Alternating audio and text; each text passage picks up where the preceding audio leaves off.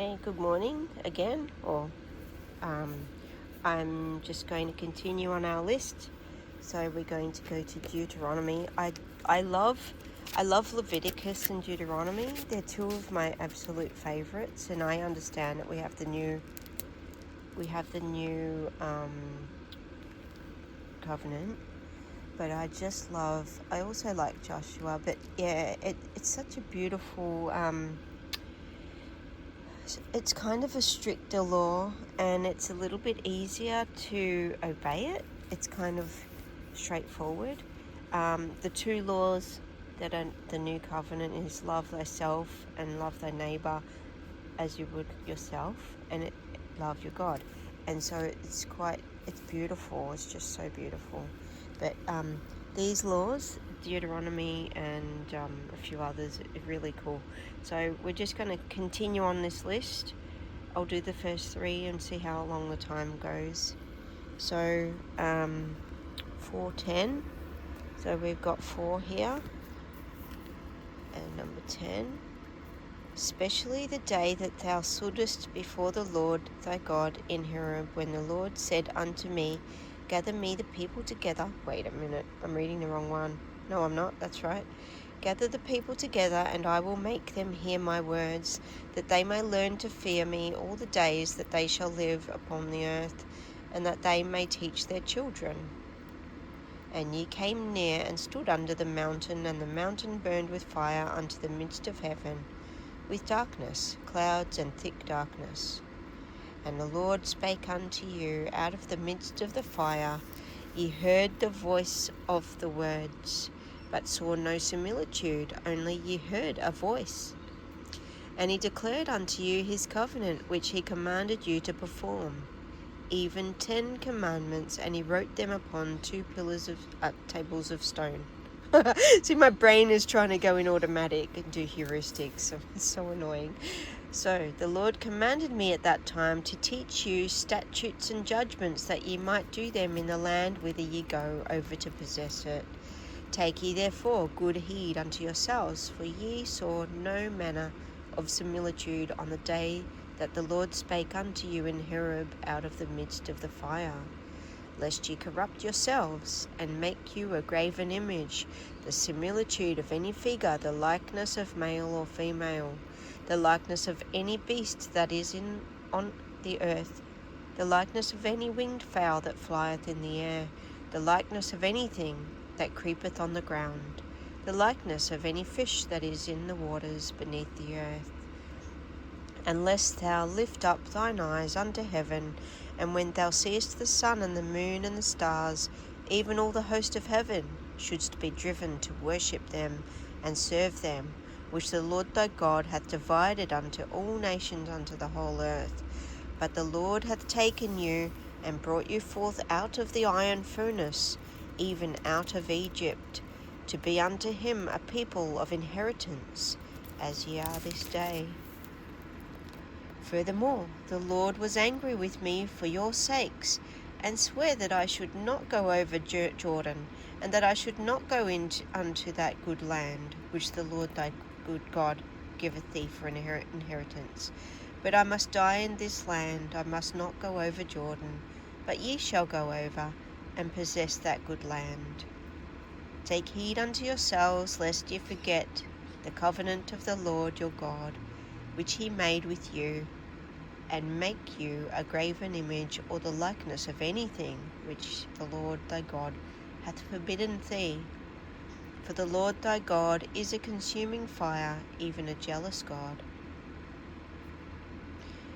When thou shalt beget children and children's children, and ye shall have remained long in the land, and shall corrupt yourselves, and make a graven image, or the likeness of anything, and shall do evil in the sight of the Lord thy God, to provoke him to anger, I call heaven and earth to witness against you this day, that ye shall soon utterly perish from off the land, whereunto ye go over Jordan to possess it.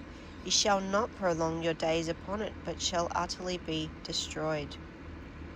And the Lord shall scatter you among the nations, and ye shall be left few in number among the heathen, whither the Lord shall lead you. And there ye shall serve gods, the work of men's hands, wood and stone, which neither see nor hear, nor eat nor smell. But if from thence thou shalt seek the Lord thy God, thou shalt find him, if thou seek him with all thy heart and with all thy soul.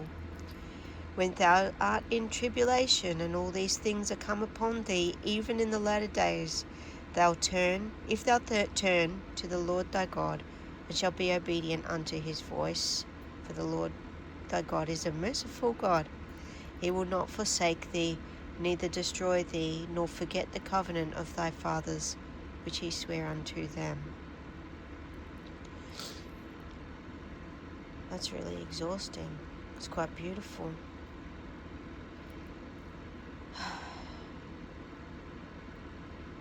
Let's continue. I think that's a really important one discovered again. For ask now of the days that are past, which were before thee, since the day that God created man upon the earth, and ask from the one side of heaven unto the other, whether there hath been any such thing as this great thing is, or hath been heard like it. Did ever people hear the voice of God speaking out of the midst of the fire, as thou hast heard, and live? Or hath God essayed to go and take him a nation from the midst of another nation by temptations, by signs, and by wonders, and by war, and by mighty hand, and by a stretched out arm, and by great terrors, according to all that the Lord your God did for you in Egypt before your eyes? Unto thee it was shewed that thou mightest know that the Lord he is God. There is none else beside him. Out of heaven he made thee to hear his voice, that he might instruct thee, and upon earth he shewed thee his great fire. And thou heardest his words out of the midst of the fire.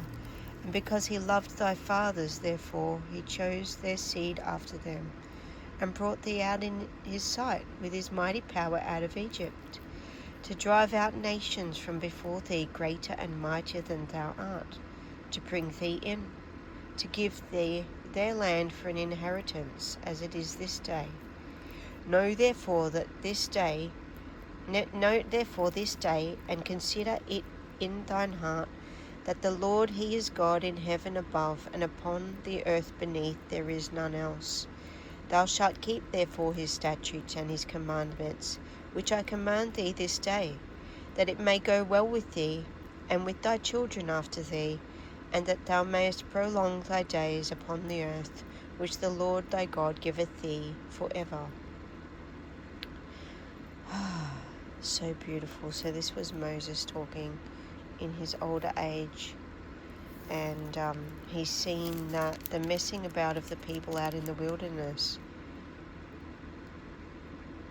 has been his duty as the leader upon us and among us, and so he felt the duty weighed upon him when it was revealed that he would not reach the promised land, the land of inheritance, with the people, but the people after him did go across, and he was worried, and so he had to say, if you get too lenient and let go of your foundation in God, King and country, that you would become a very small amount of people, and you would become focused on the wrong gods and the wrong things. And this is what is being evident today, isn't it? Everybody's lost their ways. They're wondering what happened. Where did the morals go? Why are the young the way they are? Or when you hand the responsibility over to a false god, to an external god like he's talked in this one, you get what that false god wants to give you and nothing more. So, and you get the burden placed upon you because you took upon yourself that mantle of a foreign entity. And it says here there is no other God, so there should only be one foundation, one method, one way, and that is the way, the truth, and the life, and that's how it works. So it's really, really powerful, beautiful, beautiful scripture in the Deuteronomy 4. And I didn't read the whole thing. It's got a lot more context in there in the story, but that is where it's quite interesting, isn't it? So should we read another? Let's look at 6 verse 7. Let's do the Deuteronomy ones. I think we'll fit those in. So let's do chapter 6 verse 7 in Deuteronomy. It's just a book. It's just a book. It's just some meaningless book. No, this is our foundation. It's amazing. It's so good. I just love it.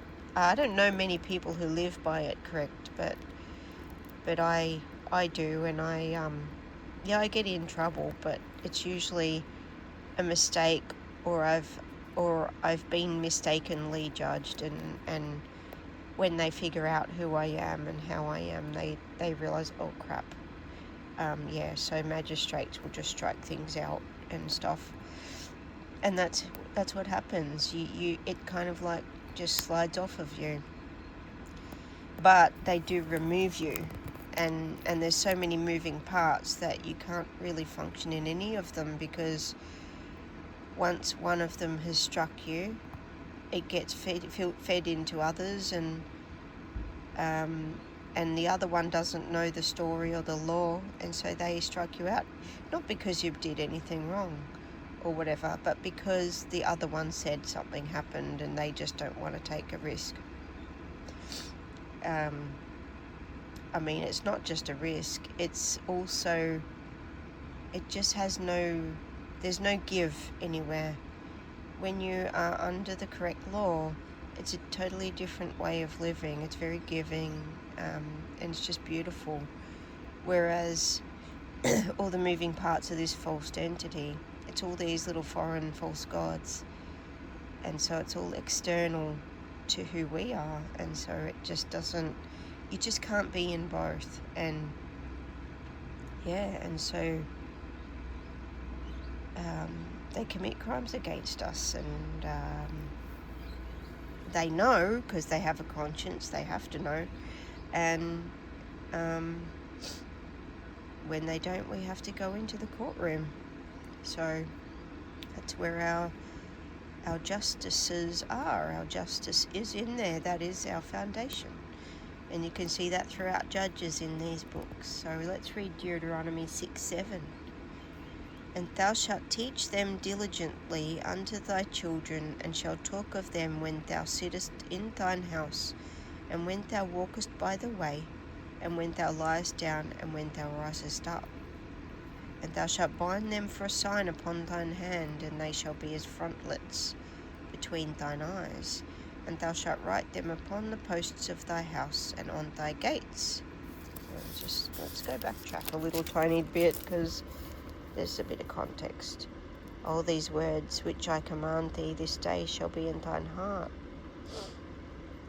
Hear, Hear, O Israel, the Lord of God, our God, is one Lord, and thou shalt love the Lord with thine heart, with thy God, with all thine heart, and with all thy soul, and with all thy might. So and then the bit I read. Beautiful, beautiful. And this is still Moses, so these are really good ones. So interesting. So frontlets between thine eyes. Let's see if the old King's Dictionary has frontlets. Let's have a look. Go to F. This is how you study. And everyone's online, and I'm here with a book. Frontlets, a very, very, very precious book. And goodness, if I'm not here anymore, how am I going to pass this to anyone? The burden. Frontlets. Maybe they won't know. How important this book is. Frontlets. Let's get to the R. Let's see. Frog. No, freeze. There it is, frontlet. A fillet or band for the forehead, a Jewish phylactery worn on the forehead of a bird. Okay, kind of like a headband thing that you put on your head. So it could be a bandana, could be, okay, yeah, interesting. Nice, okay. Could be a headband or a little something they put on the head. Okay, interesting. Yeah, so put it on your forehead, put it on your hand, put it on the post of your house. Keep the law, basically. Interesting. That was a really good one. So you remember everywhere you go. Beautiful. Okay, nice. And let's go to 14.1. Another one. We'll do one. I think we'll do one more. That looked like a really good grouping of things. So 13. I don't know. I don't think we'll have time for one more. Maybe we will. Oops, I passed it. Pay attention. 14.1. Here it is, right here. So let's look. Israelites. So ye are the children of the Lord your God. Ye shall not cut yourselves, nor make any baldness between your eyes for the dead. For thou art an holy people unto the Lord thy God, and the Lord hath chosen thee to be a peculiar people unto himself, above all the nations that are upon the earth. Interesting. So thou shalt not eat any abominable thing. These are the beasts which ye shall eat: the ox, the sheep, and the goat, the hart, and the roebuck, and the fallow deer, and the wild goat, and the pygarg, and the wild ox, and the chamois, and every beast that parteth the hoof, and cleaveth the cleft into two claws, and cheweth the cud among the beasts, that ye shall eat. So a cow, goat, etc. Yeah, good. Nevertheless, these ye shall not eat of them that chew the cud, or of them that divide the cloven hoof, as the camel, and the hare, and the coney. For they chew the cud, but divide not the hoof, therefore they are unclean unto you. And the swine, because it divideth the hoof, yet cheweth not the cud, it is unclean unto you. Ye shall not eat of their flesh, nor touch their dead carcass. Now, I'm going to explain this, okay? When you eat things, our people have a very specific digestive system, and everybody has it, okay? Our people, I'm talking about our people because it's about our people, okay? So when I say that, I don't care about everything else. Our digestive system is built in such a way that we can digest meat, okay?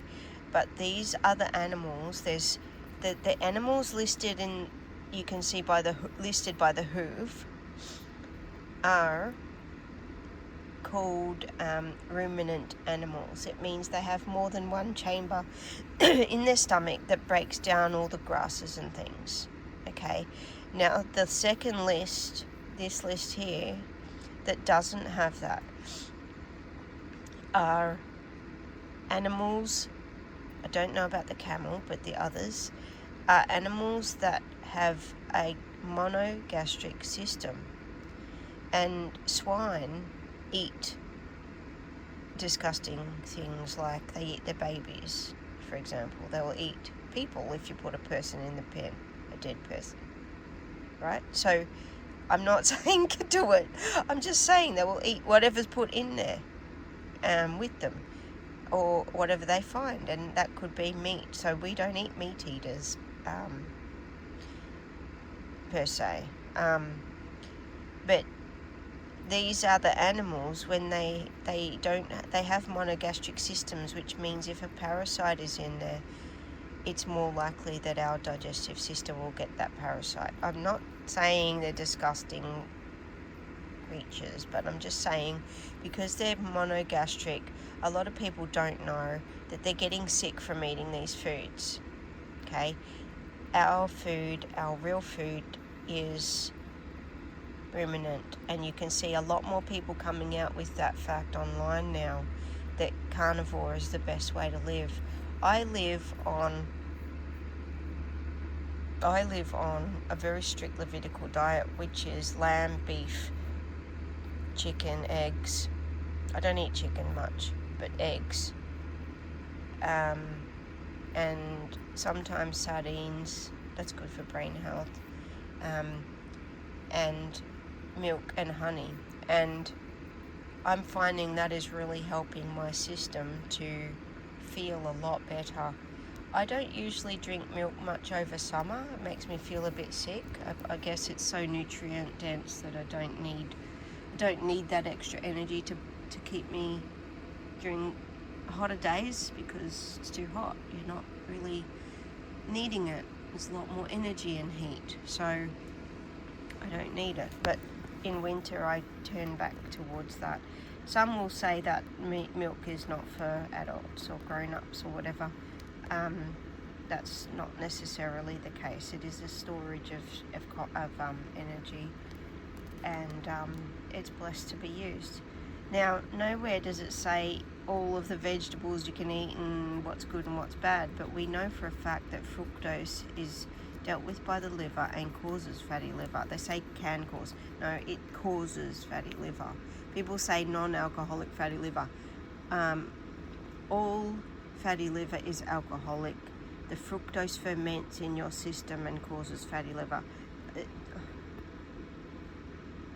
When I was in hospital after fermentation had occurred in my stomach, they kept asking me if I was drinking alcohol, and I wasn't. Okay, so it's all the same. It's the same system. The sugar in your stomach ferments, and it causes fatty liver. If you have any issues with fatty liver, just stop eating any kind of sugar, any kind.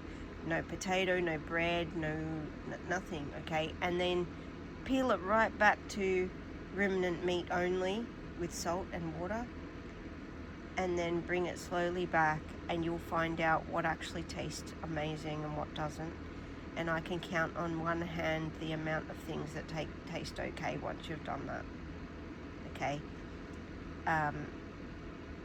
To me, even prawns taste disgusting now, and they're on the not eat list in here. Okay. So yeah, there's quite a good list. I won't read it all because I've gone over the 20, but there's chapter 14, really good, really informative for our people. So it talks about the birds and the different things for food. It's all about the meat. Okay, so it's quite interesting. I get my laws from early. These are not covered in love thy neighbour and love thy thing. These are the foundation covered in our law, though. And anyone who tells you, this stupid race baiting stuff where they say, if a Muslim said, would you give up bacon? Give up bacon, would you do it? It's like, we shouldn't be eating it. So I don't know why you would ask a Muslim. They already know what they shouldn't be eating. Why are we using it? Like, it's so backwards, because they think they're on the right path. They think they're doing what is right. But we have the foundation. We've been told. It's right here. It's so clear. And this is not a Jewish Bible. It's our testament. It's ours. Okay? It's all together in one solid grouping. Okay? Some people, it's been edited or whatever. You have to keep it flowing. You can't write a legal document and not edit the silly thing, right? So, it's so crazy how people make up this false logic. So yeah, that's a really good one. So we've only done 3 today. We'll go into Psalms, Daniel, and Malachi on the next one. Okay, have a good day, and let's remember them. Let's remember our foundations, our men, our people, our good ways, and let's follow him, lest you forget.